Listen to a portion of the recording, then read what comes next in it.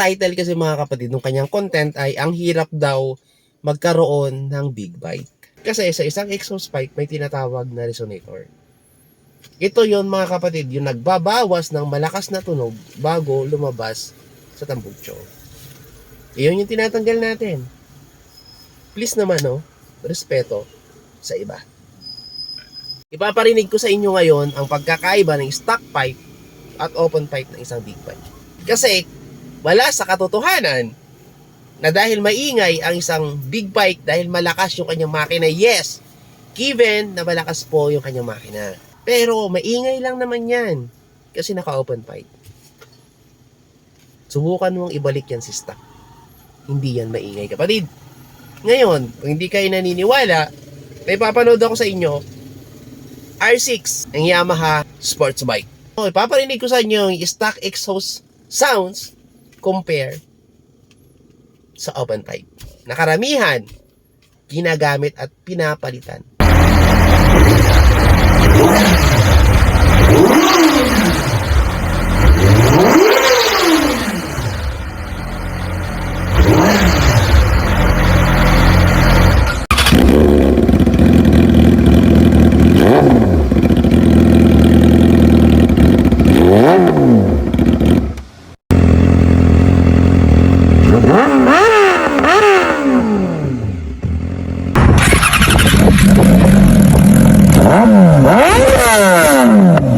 Meron kasi tayo napanood na isang content ng isang sikat, na motovlogger. Bakit nasabi kong sikat?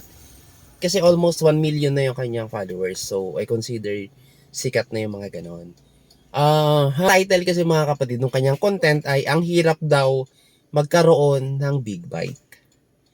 Kasi nga naman, bakit nahirapan siya magkaroon ng big bike? Kasi pag nagpapaanda daw siya ng motor or nagko-cold start daw siya ng kanyang motor dahil big bike naka-open pipe. So, nag-a-adjust daw siya na tinutulak niya muna yung motor niya malayo sa bahayan before niya i-start kasi sobrang ingay.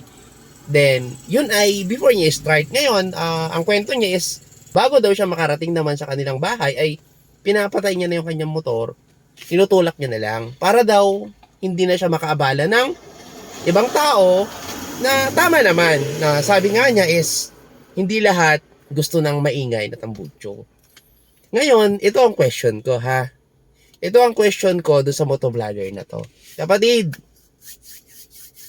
kaya naman nag-iingay ang motor mo kasi naka-open pipe. Naka-open pipe, naka-cut delete, walang resonator, maingay po talaga.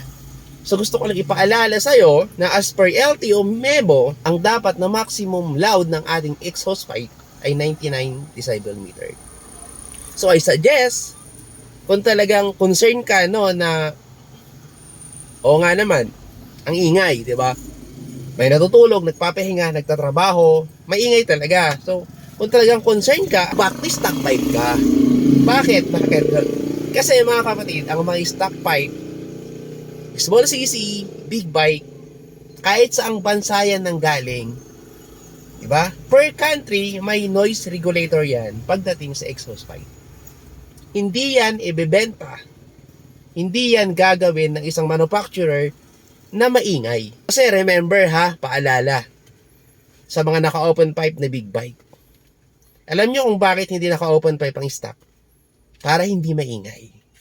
Kasi ang maingay mga kapatid ay nakaka-epekto sa kalusugan ng isang tao. Ang masaklap lang mga kapatid, mga bro, ay dito sa Pilipinas, kabibili mo lang ng big bike mo, category na ito mga kapatid 400cc and up. Kabibili, palit agad ng open pipe. Para well, nasa inyo na yan. Wala na akong pakialam kung mas trip nyo medyo maingay, mas trip nyong drinig yung pag-rev ng inyong silinyador. Pero I just want to remind you guys, diba, na 99 decibel meter lang po ang allowable ng LTO. Kung kayo ay nasasarapan dun sa ganda ng tunog ng inyong bike, madaming naiinis. Madaming hindi natutuwa. So, respeto sa iba. I suggest, sundin ang memo ng LTO Para wala tayo napipirwisyo. Ganun lang naman mga kapatid, simple lang. Mag-stock. Mag-stock tayo. Kasi sa isang exhaust pipe, may tinatawag na resonator. Ito yon mga kapatid, yung nagbabawas ng malakas na tunog bago lumabas sa tambucho. Iyon yung tinatanggal natin. Please naman, respeto sa iba.